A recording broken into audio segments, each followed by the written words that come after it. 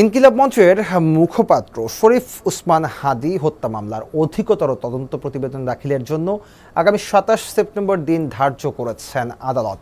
আজ বৃহস্পতিবার ঢাকার চিফ মেট্রোপলিটন ম্যাজিস্ট্রেট আদালতে মামলার তদন্ত প্রতিবেদন দাখিলের দিন ধার্য ছিল। তবে তদন্ত সংস্থা পুলিশের অপরাধ তদন্ত বিভাগ সিআইডি প্রতিবেদন জমা না দেওয়ায় ঢাকার অতিরিক্ত চিফ মেট্রোপলিটন ম্যাজিস্ট্রেট জসিতা ইসলাম নতুন করে তারিখ নির্ধারণ করেন।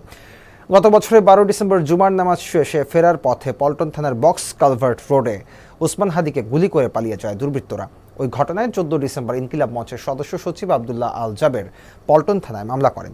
সিঙ্গাপুরের একটি হাসপাতালে চিকিৎসাধীন অবস্থায় ১৮ ডিসেম্বর মারা যান ওসমান হাদি। পরে মামলার দণ্ডবিধির ৩০২ ধারা বা হত্যার ধারা সংযোজন করা হয়।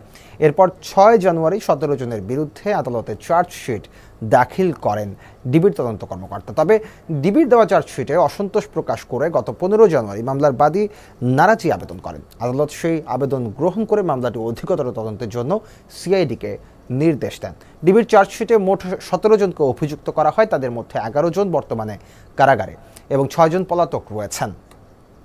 পলাতক আসামিদের মধ্যে রয়েছেন প্রধান অভিযুক্ত শুটার ফয়সাল করিম মাসুদ ওরফে রাহুল ওরফে দাউদ, তার সহযোগী হিসেবে আছেন আলমগীর হোসেন এবং রাজধানীর মিরপুরের সাবেক ওয়ার্ড কাউন্সিলর তাইজুল ইসলাম চৌধুরী বাপ্পি সহ আরও কয়েকজন। অন্যদিকে কারাগারে আটক আসামিদের মধ্যে রয়েছেন প্রধান অভিযুক্ত ফয়সাল করিম মাসুদের বাবা মোহাম্মদ হুমায়ুন কবির, মা মুসাম্মদ হাসি বেগম, স্ত্রী শাহেদা পারভিন সামিয়া সহ আরও কয়েকজন।